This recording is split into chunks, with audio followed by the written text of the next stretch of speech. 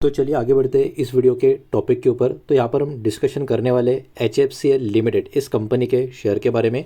207 रुपये के आसपास की क्लोजिंग इसकी आज के दिन आपको नजर आएगी और 5% का लोअर सर्किट इंटरेस्टिंगली इस स्टॉक में आज के दिन लगता हुआ हमको देखने को मिला है। अगर इस स्टॉक का इंट्राडे का स्टॉक का चार्ट का पैटर्न अगर आप देखोगे तो 221-222 रुपये के आसपास स्टॉक ओपन हुआ था और ओपनिंग के बाद कंटिन्यूसली स्टॉक में एक तरफा गिरावट हमको देखने को मिली।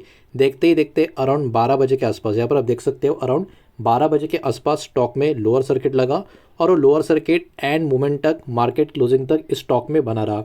अब देखिए खबर इस कंपनी के बारे में देखा जाए तो काफ़ी बड़ी, काफ़ी पॉजिटिव, काफ़ी अच्छी यहाँ पर देखने को मिल रही है। लेकिन कहीं ना कहीं जो गिरावट आज के दिन देखने को मिल रही है, लोअर सर्किट लगता हुआ नजर आ रहा है, वो कहीं ना कहीं पिछले कुछ समय से स्टॉक में जो तेज़ी हमको देखने को मिली है वो भी हो सकता है। बिकॉज देखिए ये वाला शेयर इसी साल की शुरुआत में 60 रुपये के आसपास हुआ करता था। इतना ही नहीं, अभी बस कुछ समय पहले की बात है, अप्रैल महीने की बात करें तो 70-72 के आसपास स्टॉक का प्राइस हुआ करता था और कहाँ 70 कहाँ 60 रुपया, कुछ ही महीनों में वो स्टॉक अभी के टाइम 200 रुपये के ऊपर ट्रेड कर रहा है। मतलब क्या, इस स्टॉक में खिंचावट पिछले कुछ महीनों में काफ़ी ज़्यादा और काफ़ी तेज़ी से होती हुई देखने को मिली है। वैल्यूएशन भी स्टॉक का ऑब्वियस सी बात है इसके वजह से थोड़ा ऊपर की तरफ खिंच चुका है और चार्ट में जब इस तरीके का स्ट्रेच काफ़ी शॉर्ट टाइम में बड़ा मोमेंटम आता है तो उसके बाद प्रॉफिट टेकिंग आने का भी जो चांसेस होता है स्टॉक में वो भी काफ़ी बड़ा होता है। तो कहीं ना कहीं उसका भी ये रिएक्शन आज की गिरावट का यहाँ पे हम इसको नज़र सकते हैं। अब सबसे पहले बात कर लेते हैं उस खबर के बारे में जो इस कंपनी के बारे में मार्केट में निकल कर आ चुकी है। तो HFCL यहाँ पर 215 करोड़ का इन्वेस्टमेंट का प्लान करते हुए देखने को मिल रही है, जो नया डेटा सेंटर का मैन्युफैक्चरिंग प्लांट है उसके लिए, और इसके लिए HFCL ने ये अप्रूवल दे दिया इन्वेस्टमेंट का। तो कहीं ना कहीं कंपनी अपने डेटा सेंटर का जो कनेक्टिविटी प्रोडक्ट्स है उसका मैन्युफैक्चरिंग के लिए इस प्लांट का प्लानिंग करते हुए हमको देखने को मिलेगी। अब इस रिपोर्ट में इन्होंने मेंशन भी किया है कि डेटा सेंटर का जो कनेक्टिविटी प्रोडक्ट्स का मैन्युफैक्चरिंग कंपनी करेगी, तो एग्जैक्टली उसमें ये कंपनी क्या करने वाली है। अब देखिए प्रोडक्ट जो यूज़ होता है हाई स्पीड डेटा ट्रांसमिशन के लिए, उन प्रोडक्ट्स का जो यूज़ होता है वो एक्चुअली मैन्युफैक्चरिंग यहाँ पर किया जाएगा। साथ ही साथ एडवांस असेंबली जो रिक्वायर्ड होती है AI इंफ्रास्ट्रक्चर के ऊपर, इसका भी मैन्युफैक्चरिंग होता हुआ देखने को मिलेगा। और जो इक्विपमेंट का यूज़ क्लाउड और डेटा सेंटर का नेटवर्क में होता है उनका यहाँ पर मैन्युफैक्चरिंग किया जाएगा। तो देखिए अगर हम बात करें इन कैटेगरीज की, ये ऐसी कैटेगरी है जिनका कहीं ना कहीं आने वाले समय में यहाँ से भी काफ़ी अच्छा खासा ग्रोथ हो सकता है और इनके कनेक्शन में डेटा सेंटर कनेक्टिविटी का प्रोडक्ट्स का जो मैन्युफैक्चरिंग का फैसला इस कंपनी का जो देखने को मिल रहा है वो कहीं ना कहीं फ्यूचर ग्रोथ को भी काफ़ी अच्छे से ट्रिगर करता हुआ भी नज़र आ सकता है। अब देखिए क्योंकि ये खबर आज के दिन आ चुकी है तो ऑब्वियस सी बात है बहुत सारी चीज़ों को थोड़ा टाइम तो लगेगा। अब इसमें प्रोजेक्ट का टाइमलाइन भी कंपनी की तरफ से सामने आ चुका है।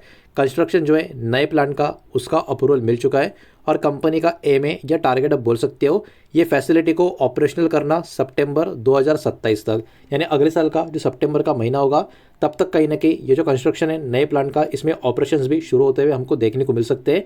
ये अभी के टाइम कंपनी का एम है, एक्सपेक्टेशन यहाँ पर माना जा रहा है। अब देखिए कुछ कुछ जो निवेशक होते हैं, मार्केट के जो प्लेयर्स होते हैं, उनके मन में ये वाला भी एक थिंकिंग रहेगा कि ये वाला एक्सपेंशन इतना महत्वपूर्ण क्यों है।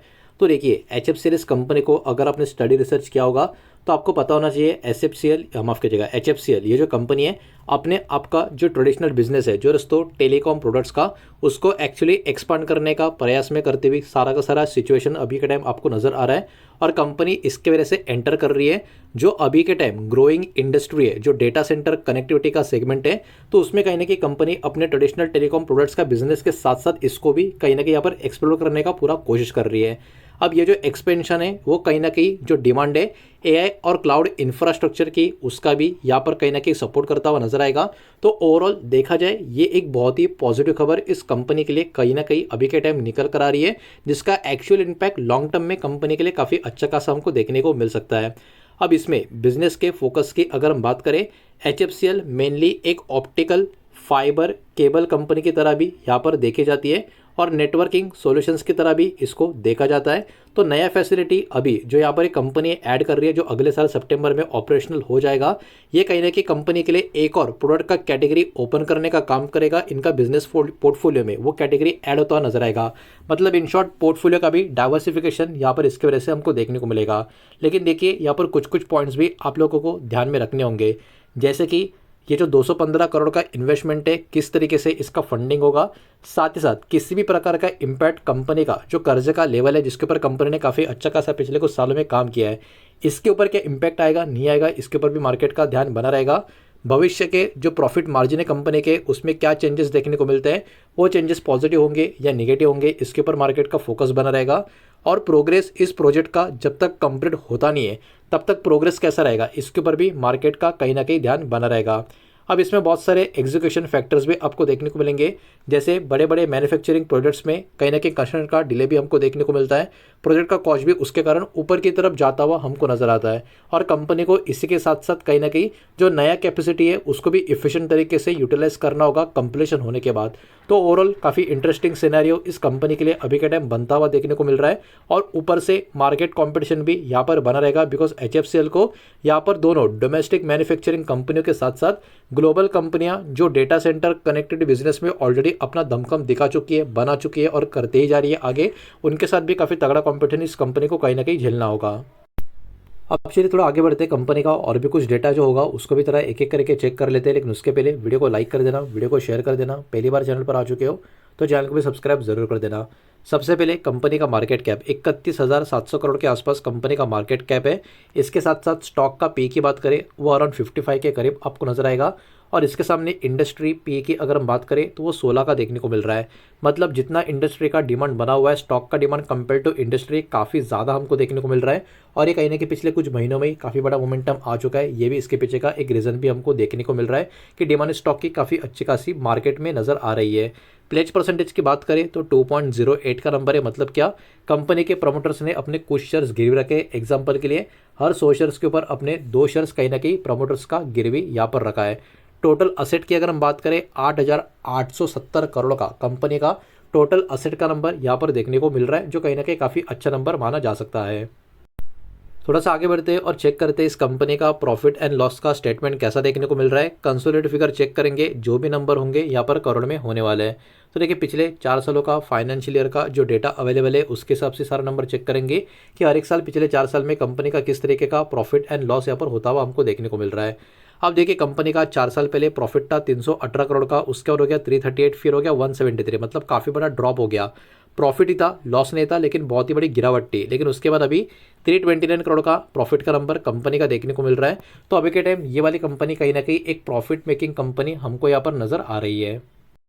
थोड़ा सा आगे बढ़ते हैं और चेक करते हैं इस कंपनी का शेयर होल्डिंग पैटर्न का डेटा। जैसे कि यहाँ पर आप देख सकते हो जून 2026 का लेटेस्ट पैटर्न यहाँ पर आ चुका है, तो उसके अकॉर्डिंग जरा चेक करेंगे। सबसे पहले प्रमोटर्स की होल्डिंग की बात करें तो प्रमोटर्स की होल्डिंग 28.29% की है। मतलब बहुत बड़ी होल्डिंग प्रमोटर की यहाँ पर नजर नहीं आ रही। लेकिन पब्लिक होल्डिंग की बात करें 7.08 से पब्लिक होल्डिंग सीधा 15.74% पे जाते हुए हमको देखने को मिल रही है। और डीएस की होल्डिंग 8.57% से 10.92% की जाती हुई नजर आ रही है। तो प्रमोटर ने तो अपना कोई भी माल ड्रॉप नहीं किया है, लेकिन एफएसडीएस के बाइंग में बहुत ही बड़ी आप कह सकते हो जंप हमको देखने को मिल रही है। इसका मतलब पब्लिक होल्डिंग काफ़ी कम होता हुआ हमको देखने को मिलेगा। पब्लिक होल्डिंग 56.02 से 45.02 के करीब आ चुका है। मतलब यहाँ पर पब्लिक अपना स्टेक कम कर रही है, तो बड़े प्लेयर्स एफएस और डीएस अपना स्टेक बढ़ा रहे हैं। तो पब्लिक का स्टेक अराउंड 45% का है। इट मीन्स 55% का जो स्टेक है कंपनी का अभी भी 3 बड़े प्लेयर्स प्रमोटर एफएस और डीएस के पास है। ये बात हमको यहाँ पर समझ में आ जाती है। तो देखिए कहीं ना कहीं ये जो बहुत बड़ी खबर निकल कर आ रही है, हो सकता है अगले कुछ समय तक ये वाला जो शेयर है बाजार की चर्चा में बना रहे। वैल्यूएशन एक अलग आप कह सकते हो, एक पर्टिकुलरली सिनेरियो स्टॉक में नजर आ रहा है। पिछले बहुत कम समय में बहुत बड़ी तेजी भी हमको देखने को मिली है, लेकिन खबर भी क्योंकि बहुत पॉजिटिव है, जो लॉन्ग टर्म में काफ़ी अच्छा इंपैक्ट क्रिएट करने का दमखम रखती है, तो ये शेयर बाजार की फोकस में यहाँ पर बना रह सकता है।